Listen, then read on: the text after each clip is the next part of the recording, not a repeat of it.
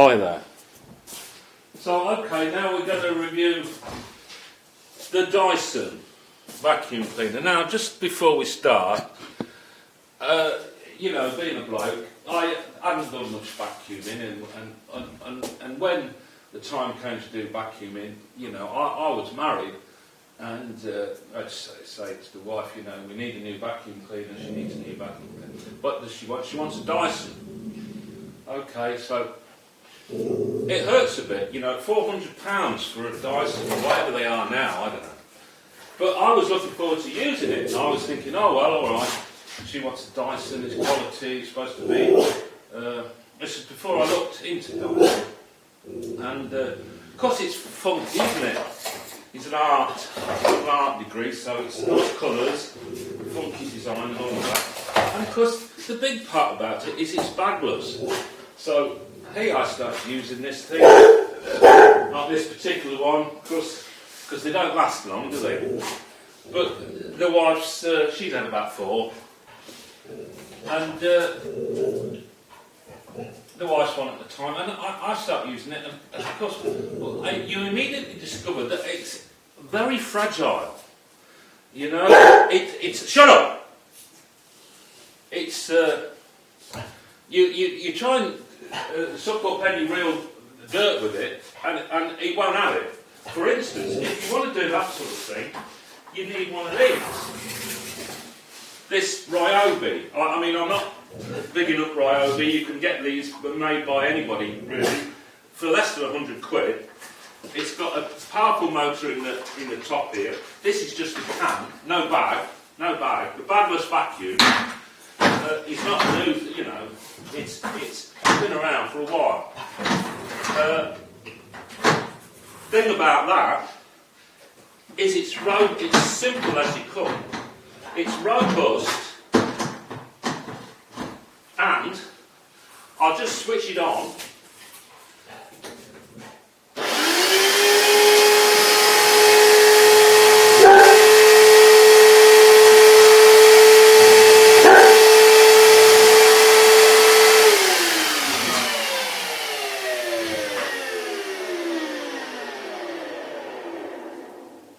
Sorry about that noise, but this is clinker. I've just put a new flue liner in, and getting the old one out, there's all this clinker, this hard clinker, and there's big bits of it. Now the Dyson wouldn't look at that. It couldn't look at that. Wouldn't look at that for a minute. It would block up and bung up straight away. So you need one of these for that. £100.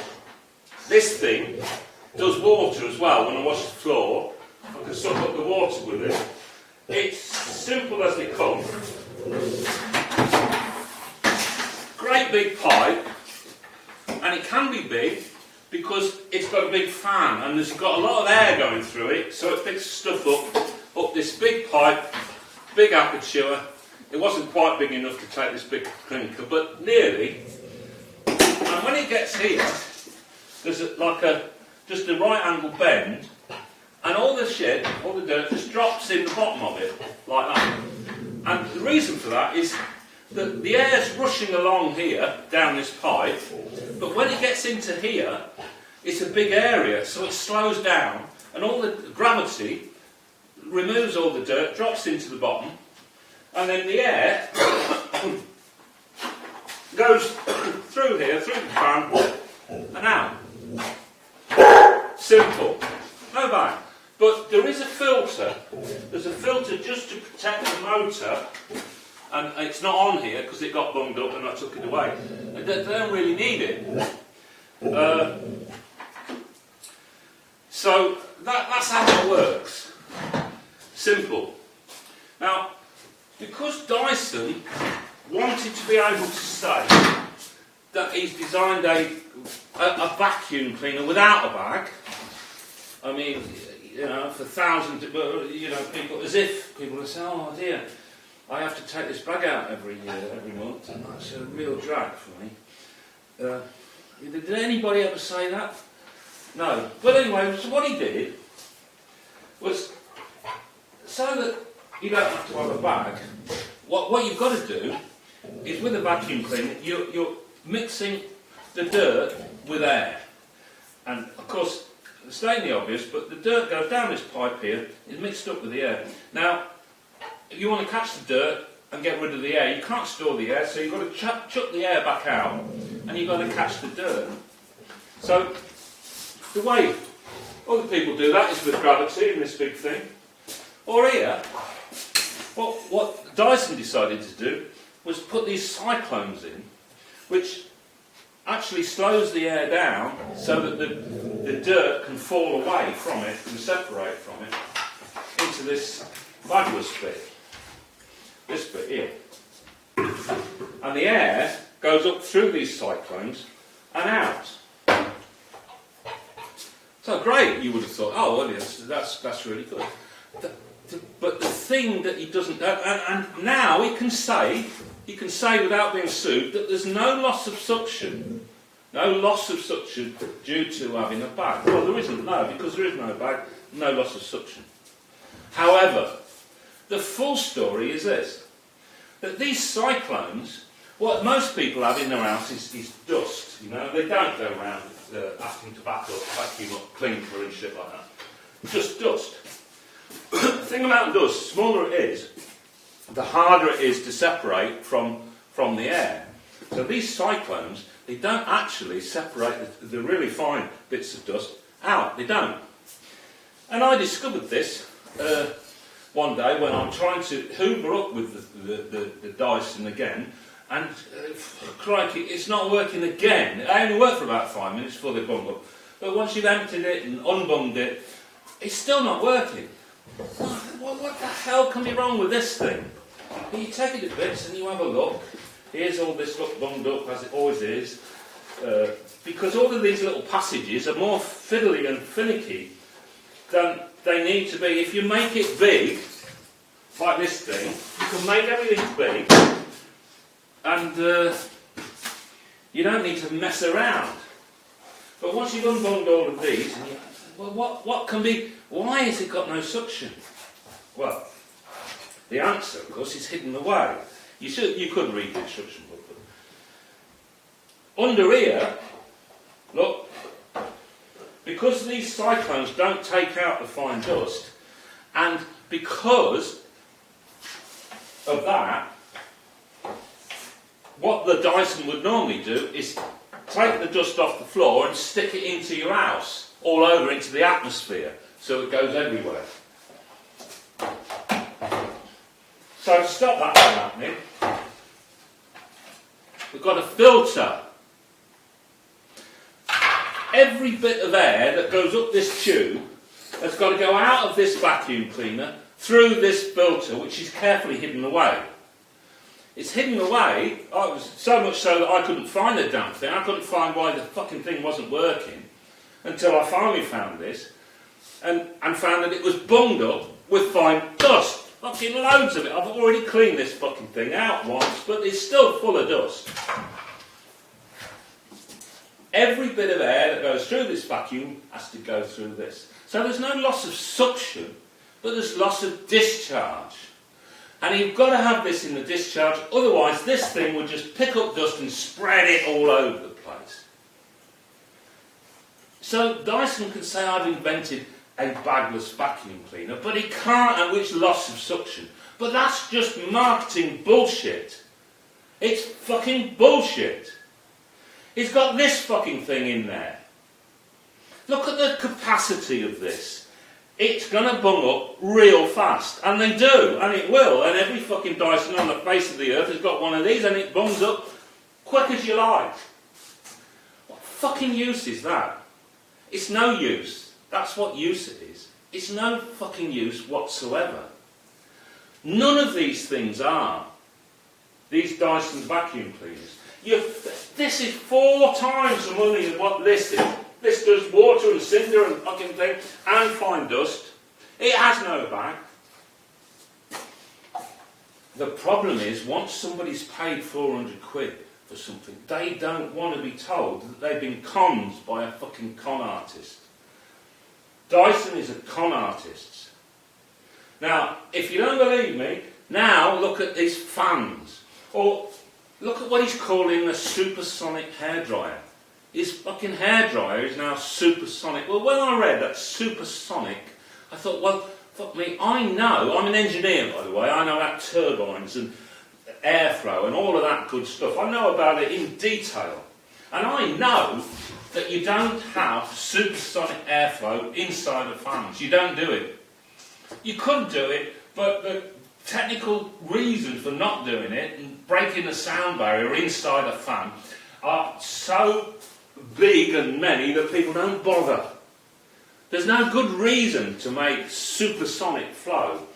In a hairdryer, there's no supersonic flow in his hairdryer, and there's nothing supersonic about it at all. That word, supersonic, he has, when I looked at it, he's trademarked it. He's named his hairdryer, he's just named it supersonic. There's nothing supersonic about it. That is deliberately to mislead you, to mislead you, to make you think, oh crikey, supersonic hairdryer, why didn't anybody else think of that? It's marketing, it's deception. Now, we could talk about his fucking fans, yeah? The best way to move air, the simplest way to move air from A to B is with an air screw. It's very simple, like a fan. Simple. It moves the air from behind the fan to in front of the fan. So no change of direction. It just goes that way, moves it, moves the air. Dyson, because of his success with this bullshit and his fucking ball barrow, has reinvented the fan now for us. If you look at these fucking things, it comes in, you can't, there's a fan, it's an impeller. It's an impeller. But it would get dirty, so he has to put the grill on the bottom of it. So the air comes in horizontally and then has to change direction and go up. So every time you change direction of air, it causes turbulence. And it costs you energy. And it's less efficient. Changes direction there, goes up through the fan, and then changes direction again at the top to come out. 2 right angle changes of direction.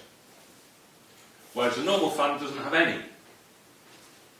That thing is a waste of energy. It's a waste of time. It's a waste of effort. And it's 600 quid, the one that's got a heater on. 600 fucking pounds for that piece of shit. Now, Dyson only uses graduate engineers, doesn't he? Yes, we all know about that. Because if he used any other engineer and asked him to reinvent the fucking wheel, the bloke would say, I'm not doing this. I'm not working on a problem that doesn't exist. Dyson makes shit, expensive shit, to solve problems that nobody has ever had. Nobody has ever had those problems that Dyson provides a solution for. And it wouldn't bother me. It wouldn't bother me but for the fact that with all these fucking people and all this money, all of this is a massive impact on the environment. This fucking thing doesn't work. It's no good. It won't last in here much longer before I throw the damn thing out. And when you look around, people say, well, they don't actually last that long. Dysons, don't look on the internet. People, they don't like Dysons. They don't last. They're overpriced. But there's enough new people coming online. And Dyson's slick advertising and his slick presentation and his slick fucking colours and funky looking thing con enough people. And of course, if it costs him 100 quid to make, let's charge 400, 500. Because people think, naively, that's got to be good. Dyson, knighted twice. A billionaire. He's a billionaire. Not because he's a genius, not because he's a fantastic inventor, because he's a con man. A fucking con man. Don't buy Dyson shit anymore. It gets on my tits. People like him, they've only got one driver to make money. Your money. Take your money out of your pocket. When you've still got a mortgage and you've still got all those other things to do, you've got to have a fucking Dyson stuck on your wall. Now, with batteries. 7 minutes, 7 minutes battery life. 5 hours to fucking charge, 7 minutes battery life. And now, of course, these things that hang on the wall, they're even smaller than this, get bunged up a lot faster. Still got the problem with the dust, that it doesn't catch. And, well, they're for people who's got a clean house already, and they want a fashion accessory stuck on the wall, and they've got 600 quid burning a fucking hole in the pocket. And amazingly, there's enough people like that who've bought Dyson shit to make him a fucking billionaire. Oh. That's what's wrong with the country. That's what's wrong with the world. If we're ever going to save the planet, if global warming really is a thing, and man's activities are to blame, well, people like Dyson are the first. You've got to stop buying this shit. A proper inventor was that Trevor Bayliss, who invented the wind-up radio. Poor bloke died penniless, didn't he? Because he's just helping Africans who can't afford to buy batteries. Not a con man. Made a real product that once you bought it, you're going to need another one. So, economically, it wasn't ever going to make him a fortune. You know, Dyson, he knows what he's doing. Alright? So, hopefully now you do. I'll shut up now. Okay.